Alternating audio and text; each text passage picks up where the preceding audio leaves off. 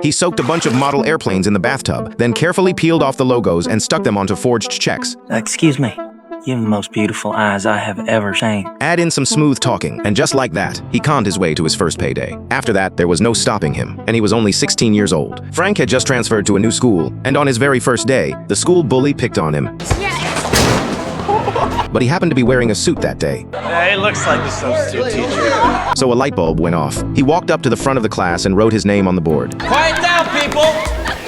My name is Mr. Abagnale. That's Abagnale, not abagnale, not abagnale, but abagnale. Take your seats! The students were instantly stunned, and the bully completely tamed. He even kept his cool and talked the real substitute teacher into leaving. I always sub for Roberto. Excuse me, why aren't you reading? I'll never come back to Bellarmine Jefferson again. By the time the school caught on, he'd already taught French for an entire week, and even held a parent-teacher conference. You what? Your son held a teacher-parent conference yesterday and was planning a class field trip to a French bread factory in Trenton. Do you see the problem we have? His extraordinary gift for deception was something he was born with, and it ran in the family. That same year, Frank's father had made it into high society, a successful man with a wealthy household, but luck wasn't on his side. Overnight, a financial crisis hit and buried him in debt, so he fell back on his old tricks. Darcy, is this yours? I just found it in the parking lot. Must have slipped right off your neck. He bribed a store clerk with a cheap necklace and got Frank fitted in an expensive suit. With a luxury car and a driver for show, the bank manager treated him like a VIP. But no matter how silver his tongue was, the bank wasn't about to take a risk and lend money to a tax evader. Sir, you're being investigated by the government for tax fraud. So his cash flow dried up completely. He had to sell the car, sell the house. The family fell from grace. On his 16th birthday, his father gave Frank a special gift, a bank account with a checkbook. From that point on, his life would be inseparable from those checks. His mother was long used to a life of luxury, so his parents divorced right in front of him, and they put a cruel choice right in front of Frank, asking him to pick a side. Frank, just write down the name. This will all be over. It's gonna be okay. But he made a third choice. He ran as fast as he could, straight to the train station. He was flat broke, so he used his father's check to buy a train ticket to New York. In a fit of rage, he left home for good. He drifted from place to place on bad checks. Getting kicked out of hotels in the middle of the night was routine. Look, it's midnight, Mr. Mudrick. Where am I gonna go? You goddamn kid, go home. Survival was a serious problem, so he started scheming. He carefully scraped the birth year off his ID with a blade, making himself 10 years older, and even changed the name on it. The next day at the bank, he put on a mature act, trying to cash a bad check, but the bank had a policy against out-of-state checks, and the teller turned him down, but he came prepared. Ashley, you know what I found on the sidewalk out there?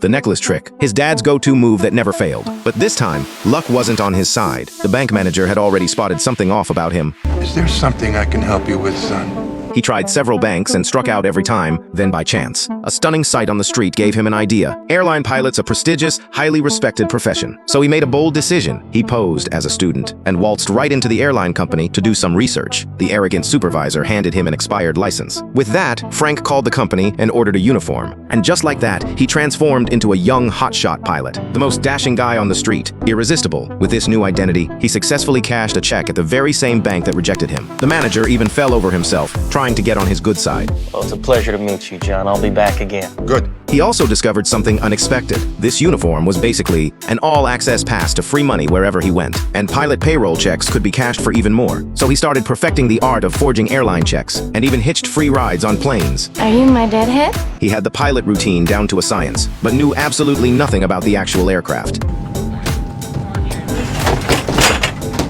Have a seat. Thank you.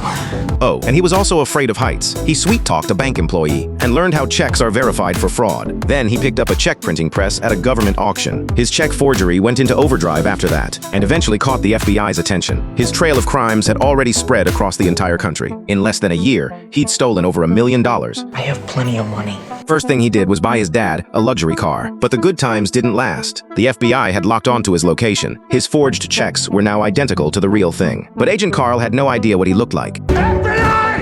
Frank calmly strolled right out of the bathroom, facing the agent. He coolly walked him through all the counterfeiting tools. Everything about him was sending Carl one clear message. He was a cop, too. You're late, all right? My name's Alan, Barry Allen, United States Secret Service. Your boy just tried to jump out the window. My partner has him in custody. Carl asked to see some ID. Frank instinctively handed over his wallet, just as Carl was about to open it. Frank seized the moment and pointed out the window, claiming that was his partner with the suspect in custody. In reality, it was just his next-door neighbor. Hey, Murph. Yeah, call the LAPD again. I don't want people walking through my crime scene. Just like that, Carl's suspicions vanished, and Frank, carrying what he called evidence, walked right out the door scot-free. Wait. Your wallet.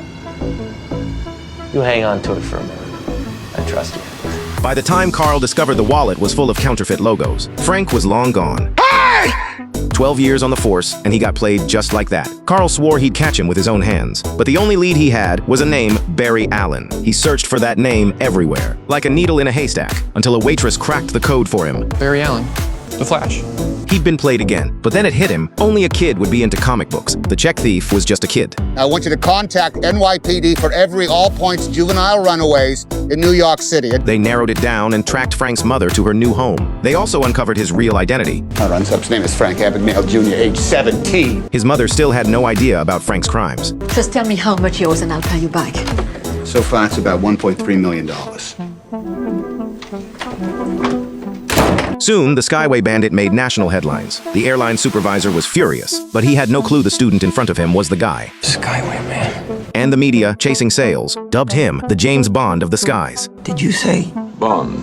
James Bond. As for that nickname, the movie version of Bond filled him with pride. He immediately ordered a Bond-style suit and a sports car, and started spending money like it grew on trees. The fine clothes and handsome face kept the ladies coming. From then on, he was living the Bond lifestyle. Hello?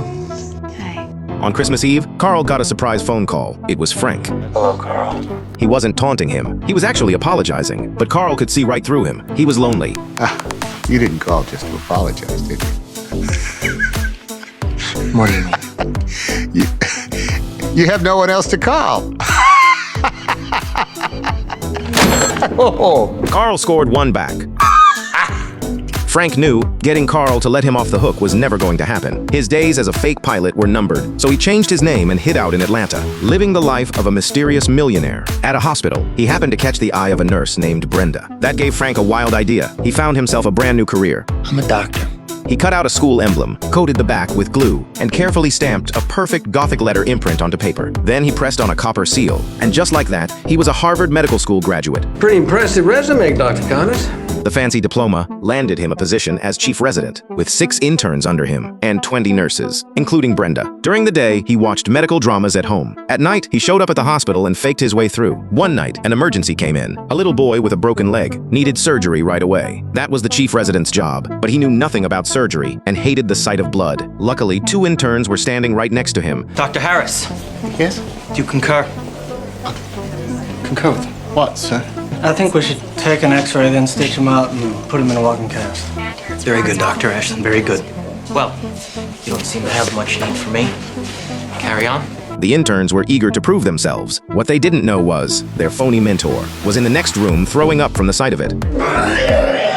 He realized being a doctor was way too risky. When he found out Brenda's father was a lawyer, he wasted no time committing himself to her. And just like that, he had a new plan: become a lawyer. Thinking about getting back into law. Oh my. Are you a doctor or a lawyer? His answer, he claimed he had degrees in both medicine and law. As for the law degree, he casually said he graduated from Berkeley Law. As luck would have it, that was also Brenda's father's alma mater, a doctor lawyer with 2 degrees. Brenda and her mother thought they'd hit the jackpot, but her father wasn't so sure about this coincidence, so he tested him by asking what a certain old professor named his dog. After his brain kicked into high gear, Frank answered, I'm sorry, the dog was dead. How unfortunate. His answer put that conversation to rest for good and won over the entire family's trust. Meanwhile, Carl followed the trail and found Frank and his father's place. As a father, he stood firm and refused to give up his son, but he slipped up. Among the messy pile of letters on the table, sharp-eyed Carl spotted one. It was from Frank. He quickly memorized the return address and raced all the way to Atlanta. He raided Frank's upscale apartment, but nobody was home. However, he found the fake Harvard medical diploma. Then he brought a whole team to the hospital, but he was one step too late. All that was left on the desk was Frank's check printing machine. which also told Carl something. Frank had already moved on to something new. With his future father-in-law pulling the strings, Frank became a real practicing lawyer. Congratulations. Thank you, sir. As for courtroom technique, his teacher was still the movies. Ladies and gentlemen of the jury, this is irrefutable evidence that the defendant is in fact lying. It was just a preliminary hearing. No plaintiff, no defendant, no jury in the courtroom. The judge was completely thrown off. Son, what in the hell is wrong with you? That evening, the family watched their favorite show and sang along. This warm family had fully embraced him. After dinner, he happened to catch the old couple sharing a tender moment. Frank was hit with a feeling he'd missed for so long. That warmth and love you can only find in a real home. Right then and there, he made a quiet decision. He took a huge risk to hand-deliver a wedding invitation to his dad. Daddy, I'm getting married. He was hoping his father would talk him into going straight, but his father knew all too well. Once you go down this road, there's no turning back. You can't stop. He was living proof of that. Christmas Eve, Carl's phone rang again. Oh, Carl. Frank begged him to let it go. He wanted to leave the life behind, get married, settle down, live a normal life. But by this point, he'd already stolen close to $4 million. Carl was unwavering. He was going to bring him in no matter what. It's my job. I love my job.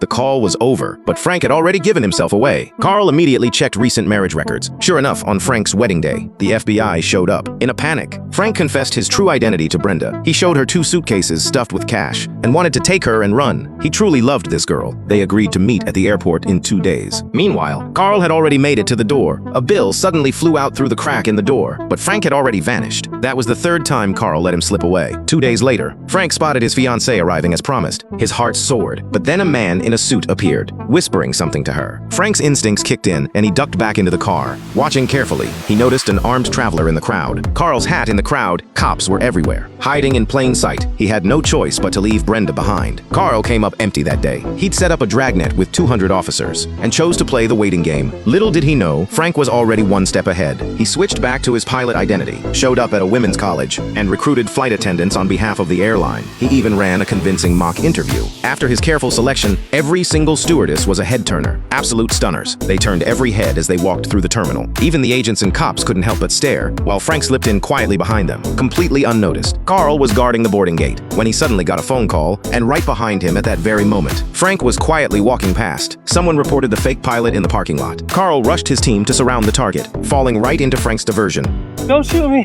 I'm just a driver. A man paid me $100 to wear this uniform, pick someone up at the airport. Who are you picking up? Hey! He'd been fooled yet again. A passenger jet lifted off, and just like that, Frank escaped once more. 6 months later, South America, Australia, Singapore, Egypt. The fake checks had spread overseas. They were now virtually identical to the real ones. He's making real checks, sir. These are so perfect the airline didn't know the difference. Carl applied to take the case international, but his boss said no. Sir, we're gonna let him get away. No, Carl, you let him get away. Criticized to his face by his superiors, he felt his career hanging by a thread. The answer still had to be in the checks themselves. Then he had a flash of inspiration. He brought the checks to the Bureau of Engraving. Even the veteran technicians were amazed. The craftsmanship on this check was flawless. Apart from them, almost nobody in the country could pull this off. But it required a rare vintage printing press. They had one, and the rest were all in France. France. That suddenly clicked for Carl. Frank's mother was French. Her hometown was a small village called Montrichard. Christmas Eve, 1967. Carl walked the streets of Montrichard. He hesitated for a moment, then stepped into a hidden print shop.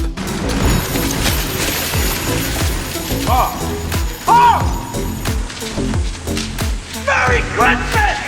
How is it that we're always talking on Christmas, Carl? Every Christmas, I'm talking to you! 19-year-old Frank was now cornered with nowhere to run. The place was surrounded by police. After Carl talked him down, Frank surrendered. But the moment he stepped outside, the French police shoved Carl aside and arrested Frank themselves. They would lock Frank away in a French prison forever, never to see daylight again. 2 years later, on Christmas Eve, Carl arrived with extradition papers to retrieve Frank. He'd been locked in a fortress of a maximum security cell. His only contact with the outside world was through a tiny slot. 2 years seemed to have broken his spirit completely, so Carl called in a doctor. The moment his guard was down, the man on the stretcher was gone.